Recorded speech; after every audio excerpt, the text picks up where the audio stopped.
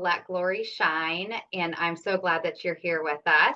I have a amazing guest today, and I can't wait to introduce her. I got to meet her, I guess, close to a year ago when I did a show of hers called The Overcomer, The Heart of an Overcomer. And I was just touched by her testimony. I was touched by her faith. I was touched by her willingness and desire to help others. And that really aligned with me in my vision and my mission. So I had to have her on my show, and she generously agreed. So I'd like to introduce you to LaTerra Wise. Hi, Hello, hello. Thank you so I'm much for so having me. glad you're here. Ah, Absolutely. I am excited. Thank you. You have so much going on that I want to jump into. First, you are now a published author, like as of like very, very today-ish. Yes, yes. Actually, well, so this is I'm over here looking, fourth book. One, two, three. Yes, this is my fourth book. So, but this one feels completely different. And I'm just, yeah, a couple hours into it being or published. So I am. That's so exciting. Tell us about it. So it's called Unmasked. It is a devotional. It's a 31-day journey to peace, deep healing, and true freedom. And it was something that God gave me probably back in 2017, 18, so like 20 teens. And originally I thought it was like a YouTube challenge, but I was like, I don't like to do social media. So this is going to be a little challenge for me. So it just kind of, life happened. So I had some major losses that kind of put everything I was doing on the shelf. And so when it was time for me to come back and get back into the work of purpose, then God was like, it's time for you to do this.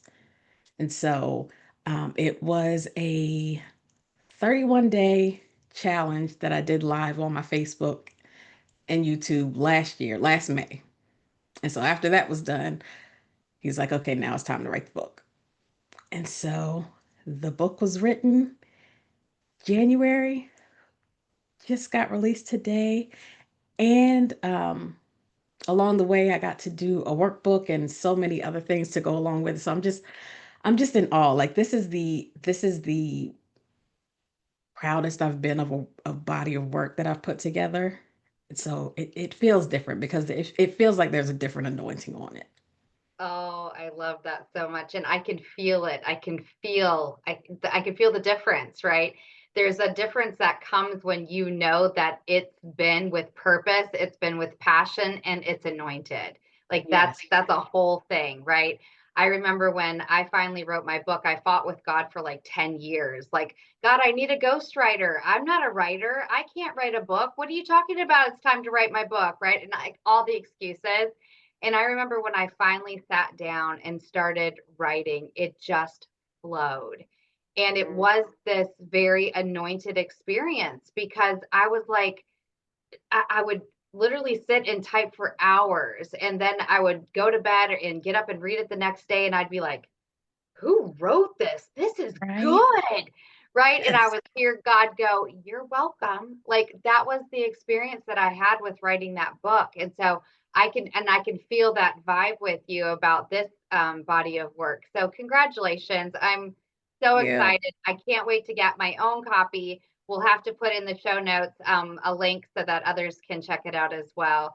But I want to jump into more of how we met and why we met, and just talk about our shared understanding of trauma and our shared healing.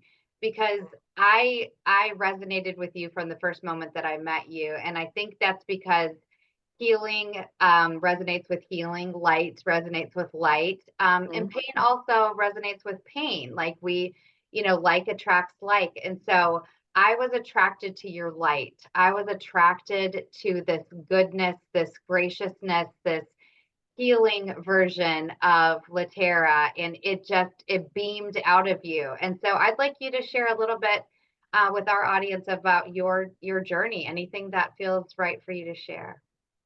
Okay. So yeah, our meeting I think was divine. Because yeah, the I think I saw you on an episode of Ask the Experts with Dr. Lauren, and you like the words that came out of your mouth. I was like, yes, yes, I think that too. Like, I need to connect with her because we have such similar language. And it's interesting because our experiences are very different, but the journey of healing and recognizing that trauma is not a death sentence and understanding that trauma can be transformed is something that is shared and universal, like you said, that healing that draws you to other people who are in that same place of healing. And so for me, I sometimes say that trauma was there with me before I was even born. Um, because I was born to parents who were young. My mom was 17, my dad was 19, and he had no intentions of having children at all. So it was that turmoil, and I of not knowing what to do with the child that that was kind of the space that I occupied within my mom because she had to struggle with, am I going to keep this child? What am I going to do? Am I going to be a single mom? And so they decided that they were going to terminate the pregnancy. But of course, God had other plans. When she went to have the procedure done, they told her it was too late. And so trauma was there, but purpose was also there. And I remember one birthday, my mom put a post on Facebook, and and it talked about how when I entered the world, it was quiet. I was quiet and just looking around, observing. And so it wasn't like a loud entrance. And I think that that carries into my personality even today. The thing I think that draws people to me is what people tell me is a quiet grace. Um, and I think that grace came from just knowing that everybody struggles, you know, growing up feeling abandoned and unwanted. You make some choices that you might not necessarily make if you grew up surrounded by love. Love. I didn't have a bad childhood, but I experienced some traumatic things. I was molested as a child. I was raped as a teenager, and I grew up around dysfunction because there were people in my family who had problems with substance abuse, and so the tension that comes with that. So all of that. So it wasn't that you know yes, all those things were around, but I still had a support system, but I was still lonely and empty and got to the point where I was suicidal. And the night that I decided I was going to take my life, I remember going into my grandfather's bedroom, and he he was older, so he was sick. He was had a like whole pharmacy on his nightstand. And so I remember going in there and grabbing a bottle of pills, and I remember going to my room and just sitting in the floor, and I just broke. And God met me there in that moment and let me know that there was more. So I couldn't give up. And so now, in this place and space that I'm in, I can look back and see how everything that I went through was not necessarily good, but it was necessary for my good and for me to get to the place where I can speak into the lives of people and truly give them grace and truly say, you know what, I understand. And even if I haven't been through what you've been through, I can empathize with where you are. I can see beyond your pain. And I can tell you that there is something beyond that pain. So I think that is what drew me to you because your heart speaks that same language. It beats that same beat. So that's why I call you my purpose twin. I love that so much. I don't have another one. Like you're the only one that calls me that. It's very special. Thank you. So when you talk about God met you on the floor of your bedroom, was that also the same time that you met your purpose? or how would you eventually find that, or what would lead you in that direction? Because God meets us all the time. Sometimes we just Mhm. ignore it, or Yeah. we call it something else, or we're not ready to stop struggling. We're not ready to stop suffering. And it is a choice, as you and I have talked about. Struggling is a choice, Mhm. and staying stuck is a choice, just like It is. healing is a choice. So talk to me about how purpose found you. Oh yeah. So that was the beginning. That I think that was the seed planted. Um, because shortly after that, I was in a service at church, and I remember one of my friends came and she just cried on my shoulder, and I was able to speak life into her and, encourage her with where she was in that point in her journey. And so that was the seed planted. And I think over time, um, still in survival mode for a really long time, like just kind of coasting through life and um, rebelling against everything that I felt inside. But there were always people who would speak into my life. And there's one um, person that I remember in particular was my pastor's oldest daughter. And I remember this sermon that she preached at a youth service. And I think it was probably the last time I heard her preach before she passed.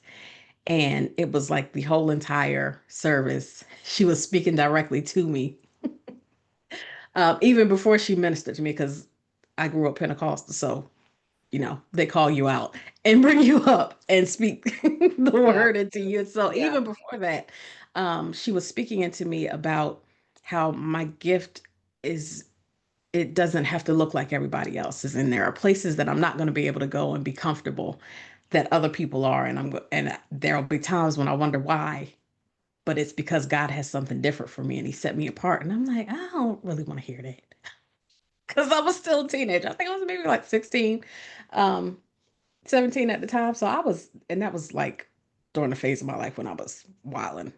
So I tell people, like, I had 3 years where I just completely lost my mind. um Yeah. So it was during that time. So it was always, God was always present with someone speaking into my life and encouraging me that in spite of what you see right now and what you're in right now, there's still something greater for you. And so um God showed me the book. The first book that I wrote is called Design of a Woman. Um and it's a book of poetry that I wrote with my mom and one of my friends at church. And it it was freedom in that moment, and it let me know that my words mattered, that I did have a story, and that it could impact people's lives. And so, purpose, I always say purpose is not something we do, it's just who we are. Yeah. So for me, stepping into purpose was stepping into identity and fully embracing everything about me and understanding that even the little quirks that other people might not understand, somebody will be drawn to that, and they can get a message of healing because they're drawn to the weirdness that Yeah. I sometimes display. Yeah. Um, yeah. So it wasn't so much a moment of this is my purpose. This is what I'm supposed to be doing. It was Yeah. more, this is who I am, Yeah. and this is how God's going to use me. Thank you for watching Prospera TV Network. We hope you're enjoying the show. We'll be right back after this commercial break.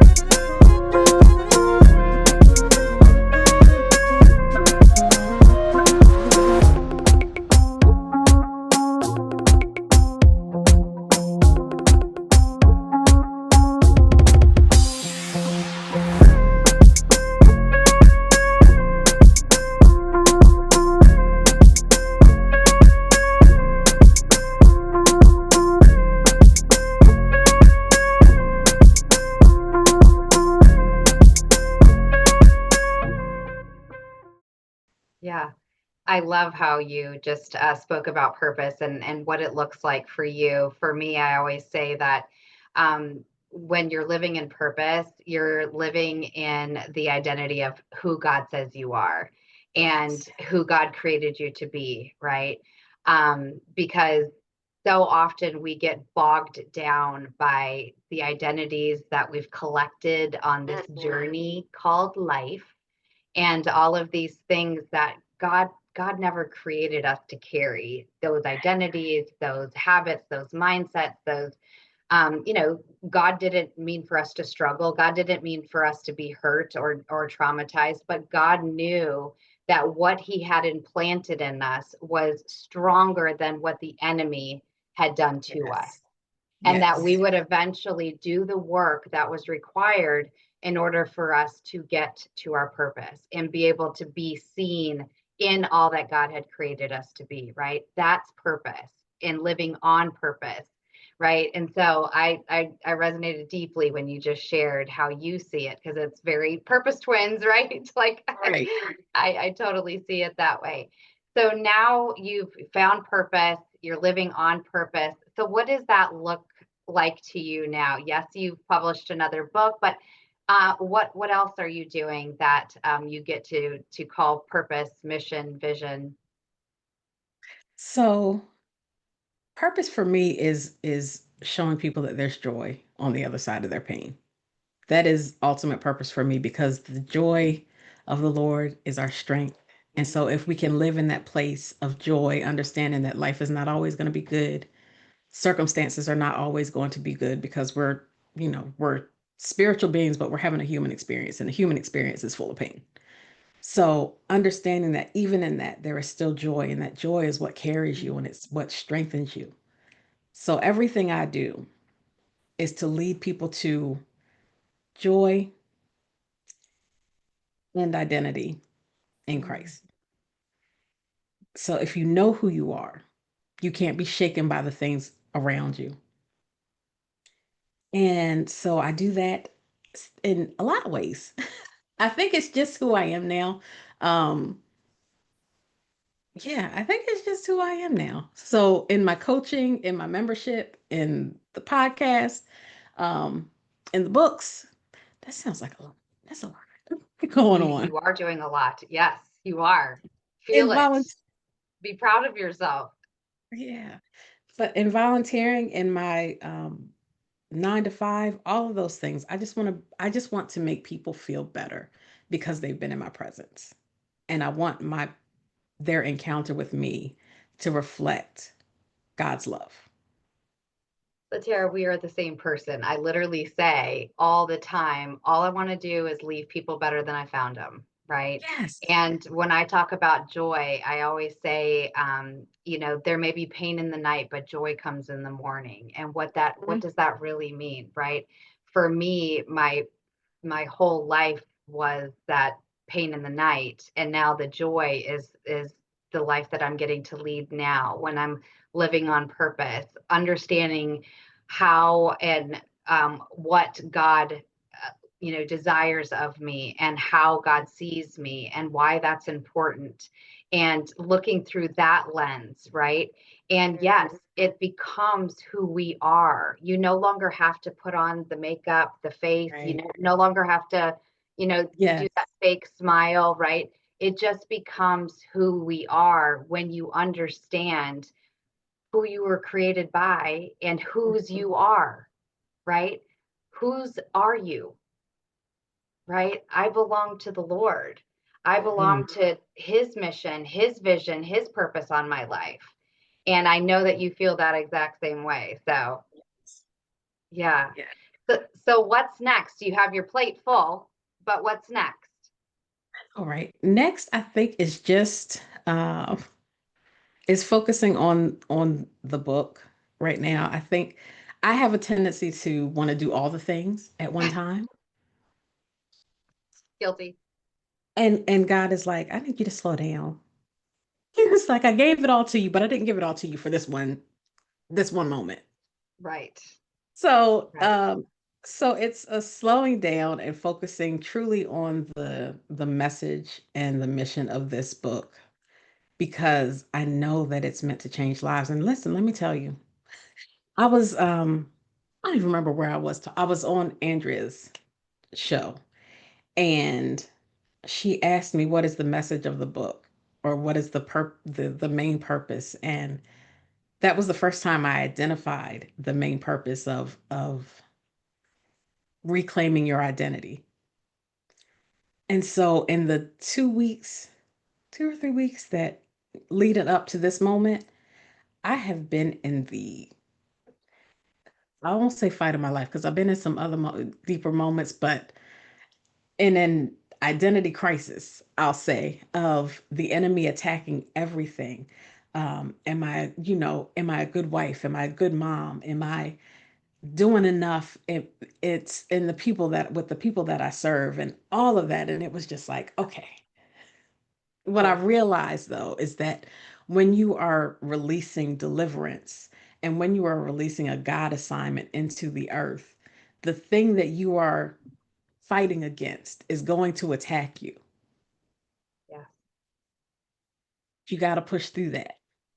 And so my focus was, I know that there is healing in this book for someone. And even if it reaches one person and changes one person's life, that is one soul reclaimed to the kingdom of God. And so that is purpose being served.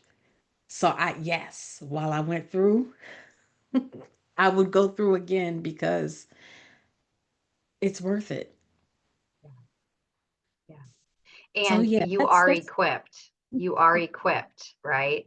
yeah. All, regardless of what we go through, we are equipped with the armor of God when we claim it, right? And when we say that we are a child of the one true King, we are armored with that.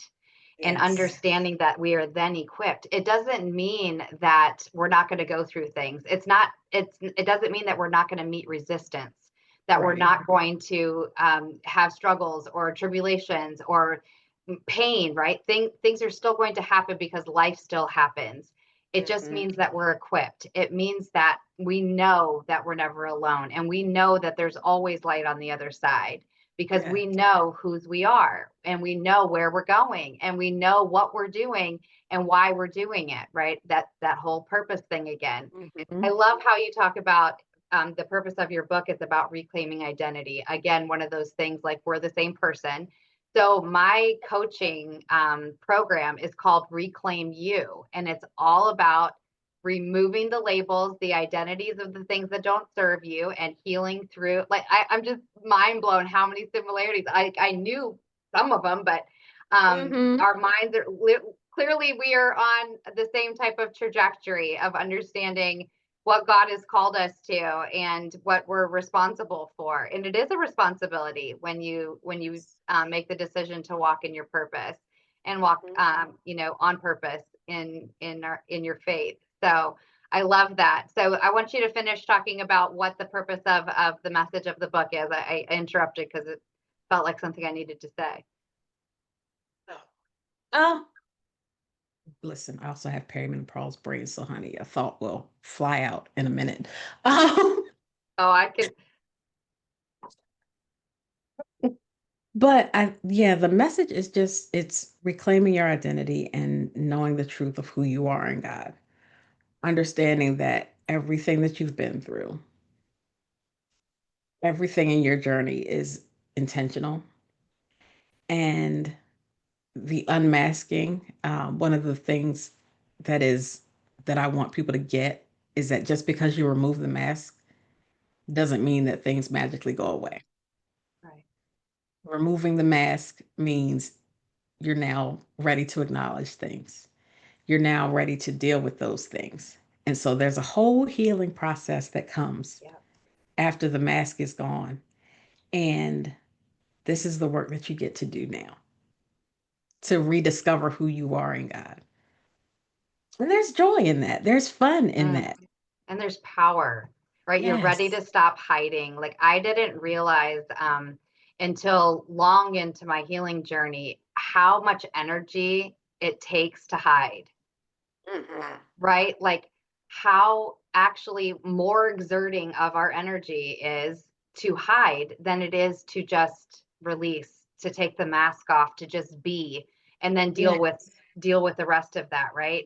Like it took more energy to keep hiding or to keep putting on the facade. For me, it was like the mask, right? I was, because I couldn't look at myself or deal with myself or deal with my pain, I had to keep up that facade. I had to keep up that mask, right? Until it was time to take it off. And then then you're like, why didn't I do this sooner? Like, I didn't realize how much time I was wasting and energy I was wasting. And God, like, I just want to see me always the way that you see me. This is so much easier, right? Yes. And I know that you know that feeling all too well, of like that weight coming off of like, oh, this is what I look like. This is who I am. This is beautiful, right? Like, and that's powerful. That's powerful, and it's a feeling that I don't take lightly, because now, 14 years into my healing journey, when I look at myself in the mirror, I do see myself through the lens of God. And that's only been the last few years, right? That took a lot of years of healing and of releasing and forgiving and letting go and unlearning.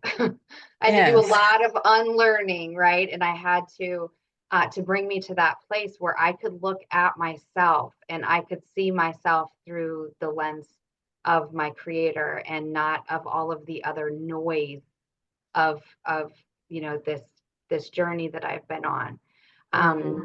And we are all a culmination of all of the things that we've been through, but they don't have to define us. Yes. We get to make a choice of whether those things define us or if they propel us to become the person that God created us to be. And for me, I don't, people say all the time, don't you wish that didn't happen, that you were in the cult and that all those, and I'm like, what does that change? Nothing.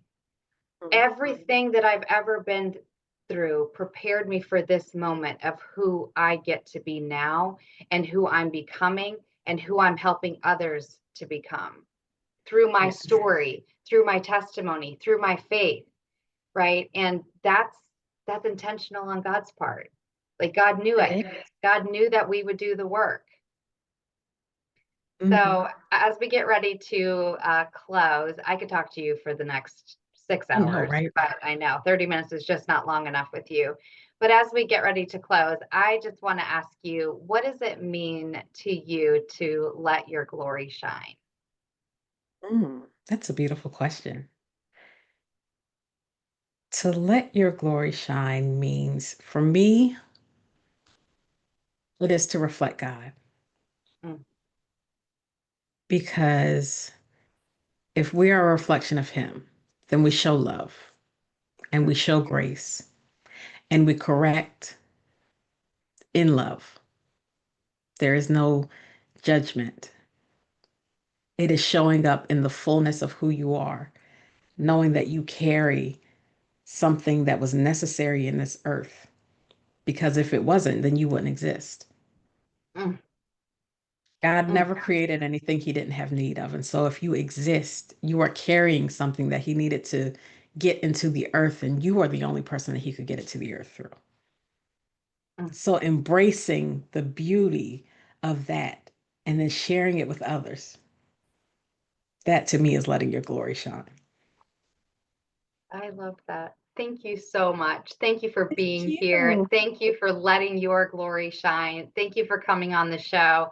This has been an amazing, amazing conversation. And like I said, I could continue on. But thank you for everyone for watching. And I can't wait to see you again next week. Same place, same station. LaTerra, thank you so much for being here. Thank you. Good night. Let glory shine from the ashes I rise. Every scar a story, every tear baptized. This is my freedom, this is my climb. Let glory shine, it's the power inside.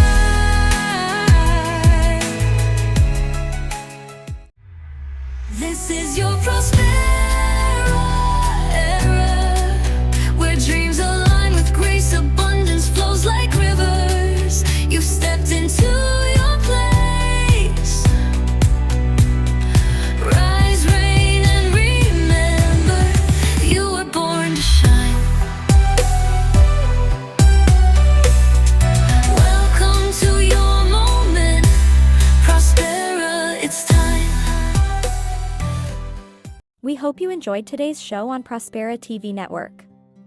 Make it a point to visit us on YouTube and catch all your favorite shows anytime you want. Interested in hosting a show of your own? Or advertising your business on our network? Contact Elena Rodriguez.